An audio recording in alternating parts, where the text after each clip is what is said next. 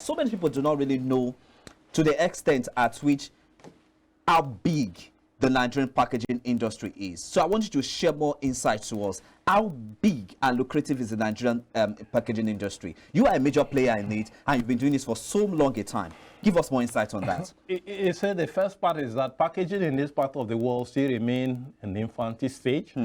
All the universities, polytechnic, tertiary institutions that are in Nigeria, there's no one that is offering packaging technology as a course, except from the Advanced of Packaging Profession Nigeria, where we're trying to do the postgraduate diplomas and the certificate course in packaging.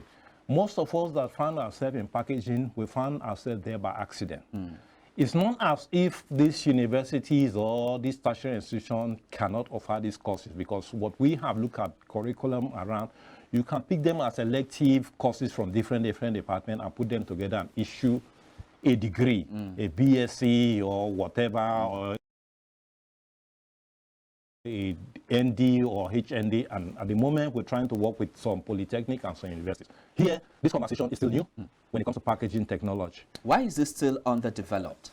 Because the government itself has not seen the need for it, and the people who are developing the educational curriculum for Nigerians have not seen what is ahead of them. I'll give you an instance. I schooled in Michigan State University, School of Packaging. In the Michigan State University, we have a complete School of Packaging. You have courses up to PhD. I've been in India for a training. The Indian Institute of Packaging was set up by an act of parliament, by government, under the Ministry of Commerce, where you have the Indian Institute of Packaging. I think they have about 6 or 7, 5 campuses, and they have reached a level now, they have been given the status of being a university to award degrees. Nothing stops Nigeria from moving in this direction. We have Academy for War, like NDA. We have all in it. Why can we not have an academy? For those of us who felt there was need in it, we are putting our personal investment and we're driving it and we are growing it. But you know, in this part of the world, it's quite challenging. Today, this industry in 2024 stands at 0.89 billion US dollars. Wow. In 5 years, it will reach at 1.03 billion US dollars. Pharmaceuticals will not exist without packaging. Very true. COVID would have been a disaster if there was no packaging. When businesses were shut down during COVID, the packaging industry was allowed to operate. Even the banks were closed, everywhere closed. Those of us that are in packaging industry were given the free passage, because the importance of this industry cannot be overemphasized. Food will not be available. The retail business today is driving because of packaging. People these days find it difficult to move, even for lunch. You go on your phone and you can place order for your food. This will not have been possible without packaging. I think there's a misconception to packaging and branding. Okay, can you just bring to fore that misconception and give us some an insight or some highlight to it? How do you differentiate packaging from branding itself? Packaging and branding are not too far apart. Packaging basically has to do with containers. It has been here for many years. Our forefathers have used calabash and basket to move product either from fishing home, because when you have a product, you need a container to move it from one point to the other. Very true. This is packaging. Then for me and you that are well educated, we are not going to be asking people each time what is in that container, what is in that container, or we begin to smell them to know what they are. So we put a name on it. That's where the branding comes in. That is where the branding is come. So I put my name and say Unilever and Son, like we used to have in those days. Okonkwo and Son, Mohammed and Brothers. Then you put it. Then you put your address. Then you then want to make it beautiful. You start looking for colors. Then we want to talk about brand. Everybody has a brand. When you see yellow, you begin to know which organization. When we see red, we know. So once I go shopping, I know which brand I'm looking for.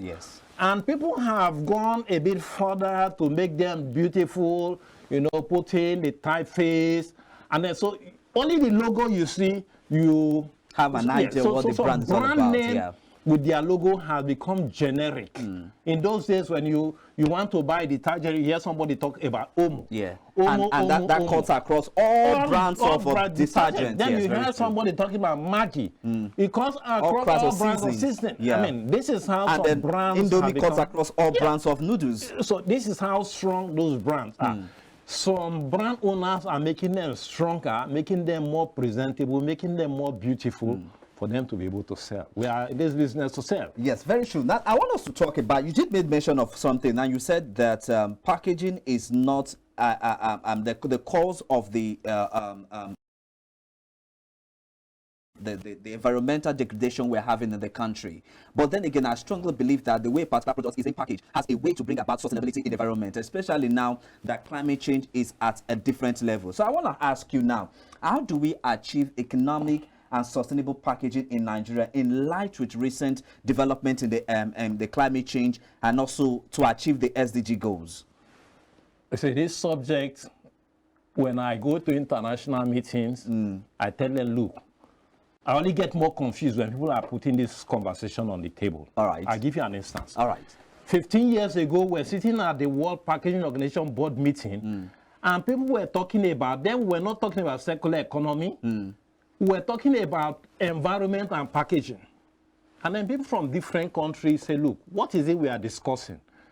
People are saying, look, packaging material are being littered in the environment. Somebody from Denmark said, look, in my country, I don't think this is a problem because all the packaging material has a place where they put them in an incinerator, which are used for generating energy. So me and you will not be having the same conversation because for your country and my country, they are too complete. So we cannot at variance. Yeah. So for this particular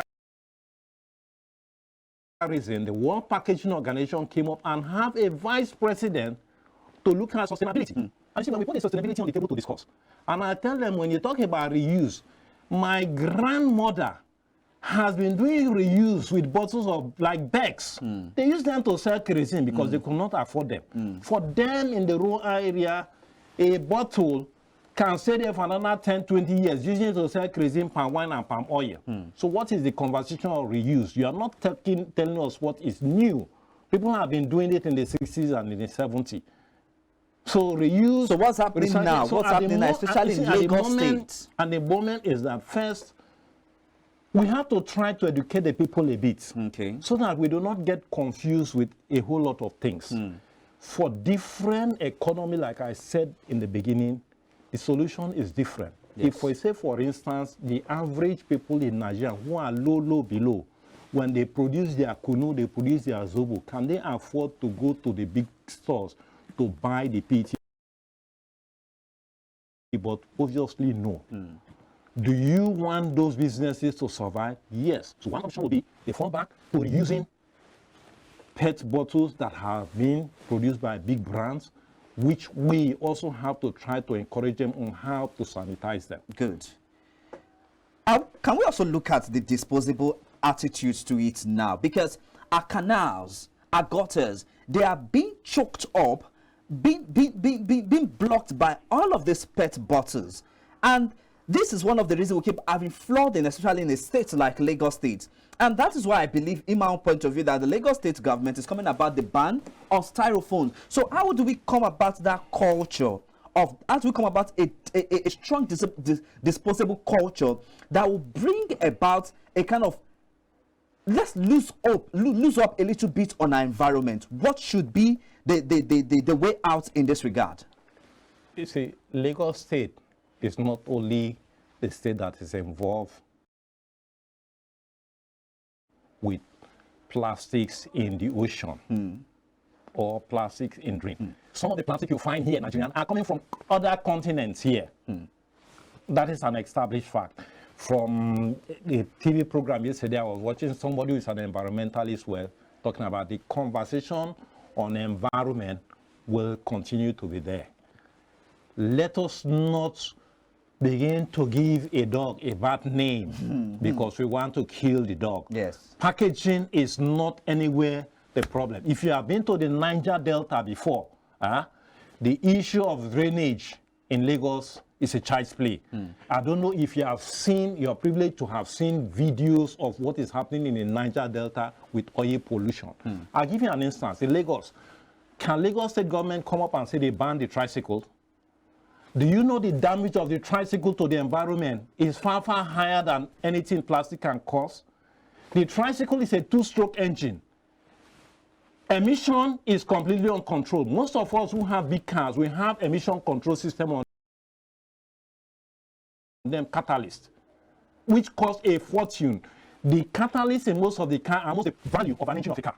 And then we put them in the big SUVs. And then you have all over Lagos tricycle. Go and take a white plastic bottle, keep it outside, and see the fumes that are coming from there, how they stick on these bottles. Take sample of the air around those, you see how dangerous it is. The environment we live in, with the pollution from the tricycles, is something to be more focused on instead of focusing on drainages and blockage. Because this actually cannot immediately affect you, but everybody here, you cannot live without breathing. If you go outside, what do you breathe? You're breathing air that has been completely polluted. And the tricycles are all over everywhere. Do you see tricycle in Europe? So why we don't focus on certain things that also we need to talk about, and then let us not give packaging a bad name just because, you know, we want to achieve certain things. You see, some of these policies, like I said in the beginning, are more political than the reality on ground. Call the stakeholders and see and tell, look, if you produce 1 ton of PET bottle, you should tell us that you have removed that from the environment. This is what they do in South Africa. There are bodies that are responsible for that. They sit together at a particular period. They say, look, this is the volume of plastic we have put in the system, and this is how much we have been able to remove. And this is what we want to do. Kishan Singh is a colleague of mine in South Africa. He heads a med pack. He is not responsible for only one metal packaging company, but for all of them. So at a particular period, they say, look, this month, how much of this did we remove? Let us focus on how can we remove this from the environment instead of thinking of shutting down businesses. The businesses